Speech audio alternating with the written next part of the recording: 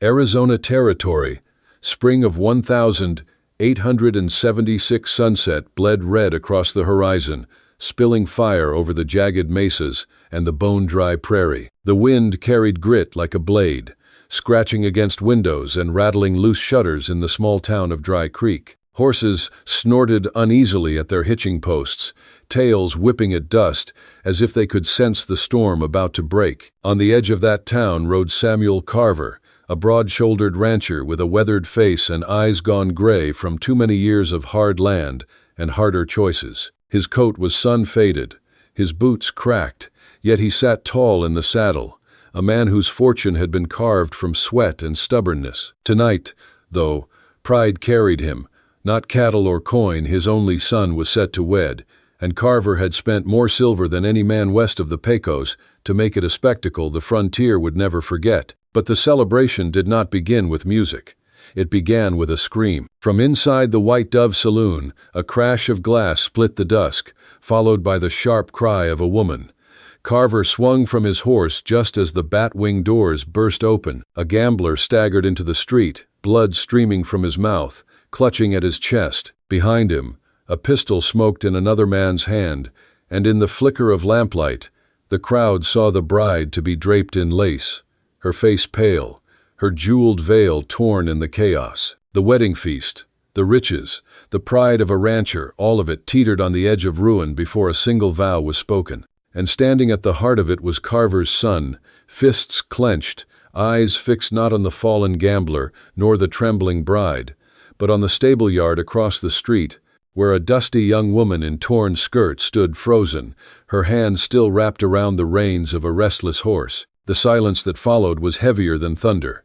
A choice had been made, though no words had left his lips. But before we continue, make sure to like and subscribe for more untold Wild West stories. Lantern light flickered across the Carver Ranch that night, throwing long, restless shadows over the courtyard. Musicians struck up a lively tune on fiddle and banjo, their notes struggling to rise above the clamor of boot stomping and whiskey glasses clinking. Every wagon and bench had been dragged close to the great ranch house, draped with banners and lace imported at great cost. Samuel Carver had spared no expense. He stood tall at the head of the gathering, cigar burning low between his fingers, his weathered face proud and set. This was the moment he had dreamed of, the union that would secure his son's place among the most respected men in the territory. But beneath the glow of lanterns and the hum of music, a storm raged within his son. Matthew Carver, broad of shoulder but still young in the face, stood stiffly beside the bride, chosen for him, a girl of fine family, her hands covered in satin gloves, her hair pinned with silver combs. She smiled as the preacher raised his Bible, though her smile trembled. Around them, the crowd roared approval, glasses lifted high, voices slurred with drink. Yet Matthew's eyes wandered, searching the darkness at the edge of the yard, past the laughter, past the lanterns, to the stable where a shadow moved, where the dusty stable bride worked quietly with her horses, unnoticed except by him. The preacher's voice rose, steady and commanding. "Do you, Matthew Carver, take this woman?" Matthew's chest tightened, his hands curled into fists. Sweat traced down his brow, though the night was cool. His father's hand clamped firmly on his shoulder, a weight heavier than iron. Samuel Carver's whisper cut into his ear, low and final. "You will not shame this family." In that moment, it felt less a vow than a chain. Every eye in Dry Creek was upon him. Every coin his father had spent, every ribbon, every drop of champagne, everything pressed him toward a single word he could not bring himself to speak. His throat worked, but no sound came. A murmur rippled through the crowd. The bride's smile faltered. Then, suddenly, the sound of a horse's restless neigh carried across the courtyard. Matthew turned his head sharply, drawn to it as though the desert wind itself had called his name. Beyond the firelight, the stable bride's figure stood clear, her skirt torn, her arms strong as she held the reins against the horse's wild toss. Her eyes caught his for the briefest of moments, fierce, unyielding, alive. And in that heartbeat, the world broke. Matthew tore himself free. He shoved past the preacher, past the bride, past the stunned silence of the crowd. Samuel's voice thundered after him, curses shaking the very earth, but Matthew was already moving, boots hammering against the dust. He crossed the yard in long strides, his heart pounding louder than the music, louder than the gasps. Reaching the stable, he grabbed the reins from her hands, swung into the saddle, and pulled her up behind him in one fluid motion. Her gasp caught in the night air, but she did not resist. The horse reared, hooves flashing in the lantern light. Then it bolted, surging through the courtyard gates as shouts and cries erupted behind them. Women screamed, men cursed, a gun fired into the air. But Matthew did not look back. The wind whipped against his face, the desert rushing to swallow them whole. Behind him, Samuel Carver stood frozen, his cigar fallen to the dirt, his fortune and reputation shattered in the space of a single breath. His guests erupted in chaos, the bride collapsed in tears, and the preacher dropped his Bible in the dust. The richest rancher in the county had been humiliated before every eye that mattered. Out on the open trail, Matthew did not speak. The stable bride clung to him, her hands gripping his coat as the horse carried them into the night. Only the pounding of hooves, the sting of wind, and the burn of defiance filled the silence between them. He knew there would be no return, no forgiveness, for Samuel Carver's son had chosen his path, and it led away from riches, away from honor, and into the unforgiving unknown. Dust rose heavy in the morning air as Matthew Carver rode back into Dry Creek, the stable bride seated behind him, her arms wrapped tight around his waist. The town was already awake, its main street crowded with wagons, shopkeepers, and loafers who had heard the tale before dawn. Word had traveled faster than any horse. Samuel Carver's son had forsaken a bride of lace and fortune, riding off instead with a woman from the stables. Heads turned as they passed. Old men spat into the dirt, women whispered behind gloved hands. Cowboys leaned against posts, smirking at the shame of a wealthy man undone by his own blood. The sound of laughter rolled after Matthew like a curse. The horse slowed outside the livery. Matthew dismounted and helped her down, their hands touching for the briefest of moments. Her cheeks burned with shame as voices cut through the air. "There goes the mighty Carver heir," one man sneered, tossing a coin from hand to hand. "Swappin' lace for rags. Lem. Stable filly suits him better," another jeered. Laughter broke like glass across the street. Matthew's jaw tightened, but he said nothing. His hand hovered near the revolver at his hip, though he did not draw. The stable bride lifted her chin, eyes blazing. She had endured whispers all her life about her station, her poverty, her bare hands rough with work, but now the weight of it bore down doubly, with all eyes judging not just her, but the man who had chosen her. The saloon doors creaked open. A half-dozen cowboys spilled out, whiskey on their breath, smirks wide. One stepped forward, broad and swaggering, a bottle dangling from his fingers. "Well, if it ain't the prodigal son," he slurred, "traded a silver crown for a pile of manure, eh? How's it feel, Carver boy, bein' laughed out of your own weddin'?" The bottle shattered at Matthew's boots. Silence fell for a heartbeat. Then the crowd roared with cruel delight. Matthew's hand twitched toward his revolver. But before he could move, the stable bride touched his arm, steady and firm. "Not here," she whispered, her voice low but fierce. "Not like this." He drew a breath sharp enough to burn. Slowly, he turned from the laughter, from the jeers, guiding her down the street. Each step was heavier than the last. Each face they passed became another brand of shame pressed into his skin. Across town, Samuel Carver stormed into the sheriff's office, spurs ringing against the floorboards. His face was red with fury, his cigar clenched between his teeth. "I want him found," he barked. "Found and brought back. He's shamed me, shamed this town, and I'll not have him throwing my fortune to the dirt." The sheriff shifted uncomfortably, tipping back his hat. "He's your son, Sam. Ain't against the law to love who he loves." Samuel's fist slammed the desk. "Law or no, I'll see him dragged back to the altar, even if I've got to pay every man in this county to do it." Back on the edge of town, Matthew and the stable bride reached the quiet of the prairie trail. The noise faded behind them, replaced by the whistling of wind through the sage. He stopped at last, his shoulders trembling. "They'll never let us be," he said, voice hoarse. "Not my father. Not this town." And the stable bride looked out across the endless desert, her hair whipped wild by the wind. "Then let the desert have us," she answered. "It's kinder than their judgment." In the silence that followed, the weight of their choice settled heavy. The world they had known, riches, comfort, acceptance was gone. What lay ahead was uncertain, harsh, and filled with enemies on all sides. But Matthew Carver set his jaw, gripped the reins, and urged the horse onward. The prairie opened before them, vast and unforgiving. The path was carved, and there was no turning back. The prairie stretched endless before them, a vast ocean of gold and gray where the wind sang low through the sagebrush. Days passed with only the sun and the stars as witnesses. The dust of Dry Creek faded behind them, yet the sting of its laughter lingered in Matthew's chest. Each night when they stopped, he could still hear the jeers of the town, still see the red fury in his father's eyes. But out here, the land swallowed all sound except the cry of coyotes and the crackle of fire. They built their first camp beneath a stand of cottonwoods along a narrow creek. The stable bride knelt at the water's edge, washing grit from her palms, her sleeves rolled back, the fading light casting a bronze glow across her face. Matthew watched her in silence, struck by the steadiness in her movements. She had endured the same ridicule he had, worse, perhaps, but she bore it without flinching. When she caught him staring, she held out her hands. "Years of rope and harness," she said simply. Her palms were hard, scarred, stronger than any lady of lace could claim. Matthew took them in his own, the firelight warming their roughness, and for the first time since fleeing, the knot in his chest eased. The nights were cold. The desert wind cut sharp, rattling the trees.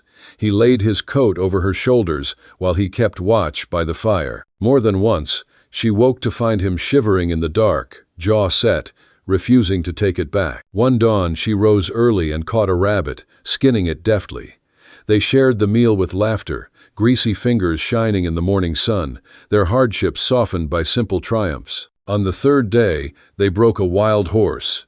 It had been running near the creek, untamed and furious, kicking dust into the air. Matthew had tried first, rope biting into his hands, but the animal nearly dragged him into the rocks.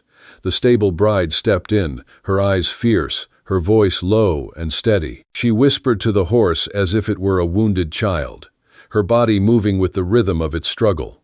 Slowly, impossibly, the creature calmed. When at last she slipped a bridle over its head, Matthew could only stare in wonder. "You're braver than me," he admitted. She smirked, brushing hair from her face. "Number just used to being kicked." At night, by the fire, the walls between them thinned. Matthew spoke of his youth on the ranch, of how Samuel Carver's pride had been hammered into him with every chore, every command. He confessed the weight of it, the suffocation of being his father's heir, a son forged not to live, but to carry on a legacy. The stable bride listened without judgment. When he finished, she shared her own truth. She had been born in Dry Creek's shadows, her parents gone before she could remember. She had slept more nights in barns than in beds, her hands her only inheritance. "They looked at me like dirt because I worked in dirt," she said softly, staring into the flames. "But the earth never lied to me. It gave me horses, strength, breath. I'd rather live with dirt honest on my skin than silk that strangles." Her voice trembled at the end, but Matthew reached across the fire, his hand finding hers. In that touch, no words were needed. Both had been shaped by hardship. Both had been broken by the weight of others' judgment. Yet here, alone under the stars, they were free. One evening, as the sun dipped crimson over the prairie, Matthew stood beside her on a ridge. The wind tugged at her skirt, her hair wild against the blaze of the horizon. He took her hand, rough against his, and felt a quiet certainty settle over him. They were bound now not by vows in a church, not by the fortune of his father, but by something fiercer, something earned in fire and dust. And though the world beyond the ridge would hunt them, mock them, try to tear them apart, in that moment they stood unbroken. The sky turned the color of bruised steel the night the fire came. A hot wind tore across the prairie, carrying the scent of smoke long before the flames could be seen. Matthew Carver stirred from uneasy sleep, his hand going instinctively to the revolver at his side. The stable bride was already awake, her eyes fixed on the horizon where an orange glow bled upward like the mouth of hell. They mounted in silence, hearts pounding, and rode hard toward the Carver ranch. The horses' hooves struck sparks on the stone as they crested the ridge, and there, below them, the world was burning. The great barn, pride of Samuel Carver's fortune, was a pillar of fire. Horses screamed from within, their cries piercing the roar of the inferno. Men stumbled through smoke, hauling buckets of water too small to matter, their faces blackened, their voices hoarse. Above it all, the crack of gunfire split the night, masked riders circling, torches raised, revolvers spitting sparks into the chaos. Matthew's blood turned cold. This was no accident. It was an attack. They charged down the slope. The heat hit like a furnace as they reached the yard, embers swirling like fiery snow.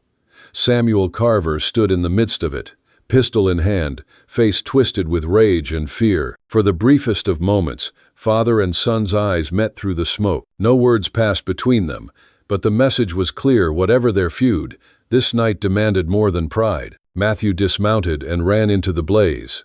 Splintering wood crashed overhead as he tore open a stall, freeing a panicked mare. The animal bolted past him, nearly knocking him down. He coughed against the smoke, eyes burning, muscles straining as he wrestled another gate open. Flames licked closer, snapping at his boots. Behind him, the stable bride ripped strips from her skirt, tying them around her face and Samuel's wounded ranch hands. With a rope in hand, she plunged into the barn, swinging it around a rearing stallion. The beast kicked, screaming, but she held firm, her body thrown side to side until, with a final heave, she dragged it into the open air. Gunfire thundered again. Outlaws charged through the smoke, their faces hidden beneath scarves. One aimed at Matthew, the muzzle flash cutting through the dark. He dove, rolling behind a half-collapsed beam, bullets sparking against the wood. He drew his revolver, fired back. One rider fell, his body vanishing into the flames. But the fire was winning. The roof sagged, groaning under its own weight. Samuel staggered into the yard, blood running down his temple, shouting for men who were already dead or scattered. The barn shuddered like a beast in its death throes. Matthew turned to run too late. A burning beam split from above, crashing across his back and pinning him hard against the dirt. His breath tore from his lungs, the world narrowing to the weight, crushing his chest, and the searing heat licking closer. Through the haze, he saw her. The stable bride, wild-eyed, hair flying loose in the fire's glow, rushing toward him. She seized the beam, her hands blistering on the charred wood. She screamed with the effort, muscles straining, smoke clawing at her throat. Inch by inch, she lifted, dragging him free as sparks rained down around them. Matthew stumbled to his feet, coughing, blood streaking his face. For one moment, as the barn collapsed in a deafening roar, he pulled her against him, both of them silhouetted by the blaze. The night was chaos, outlaws retreating, the ranch in ruins, men crying over the wounded. Samuel Carver sank to his knees in the ash, his pistol slipping from his hand. His wealth was gone, his pride burned to embers. And in the center of it all stood Matthew and the stable bride, battered, scorched, alive. They had survived, but the cost was more than either had imagined. Smoke still hung in the air, long after the last embers of the barn had been beaten into ash. The prairie wind pushed it low across the valley, carrying with it the bitter scent of ruin. Samuel Carver stood among the wreckage of his fortune, hat in hand, the lines on his face carved deeper than ever before. Around him, cowboys limped, groaned, and buried the men who hadn't escaped the fire. The land that had once boasted of wealth and pride was now blackened, broken, and silent. Matthew Carver staggered through that silence, his arm slung over the stable bride's shoulders. Both of them bore burns and cuts, their clothes singed, their bodies near collapse. Yet in their eyes, bloodshot, hollow, but unyielding, burned something the fire had not taken. They had faced death together and lived. For Samuel, the sight cut deeper than any wound. He had seen his son chained to duty, crushed under the weight of his name. Yet here, clinging to the woman the town scorned, Matthew stood taller than he ever had. It was not defiance that held him upright now, but something truer, a strength earned in the flames. The sheriff's voice carried low over the yard. The outlaws scattered. Some caught lead, others vanished into the desert. But the barn's gone, half the herd too. Samuel said nothing. He only looked at his son, then at the woman who had dragged him from the fire. For the first time, his fury faltered. Pride could not lift beams from a man's back, nor save a life from burning. It had been her hands that did it. In the weeks that followed, silence reigned between father and son. The ranch smoldered in ruins. Men worked with blackened gloves, and neighbors gossiped from afar. Yet slowly, through toil and ash, life began again. A shed raised here, a fence mended there. Matthew and the stable bride worked side by side, mending plows, feeding stock, hammering nails until their hands bled. Each day, she earned her place not with words, but with sweat, as much a ranch hand as any man who bore the Carver brand. And then came the rains. They swept across the valley in sheets, soaking the charred earth, washing away the ash. Grass pushed green through blackened soil.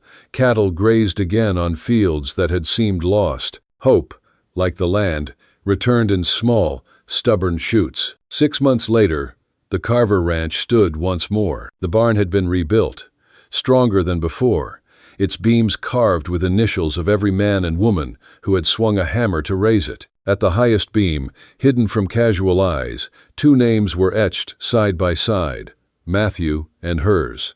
A quiet vow written in wood, to endure longer than silk or lace. The town of Dry Creek, once sharp with laughter, grew quiet in their judgment.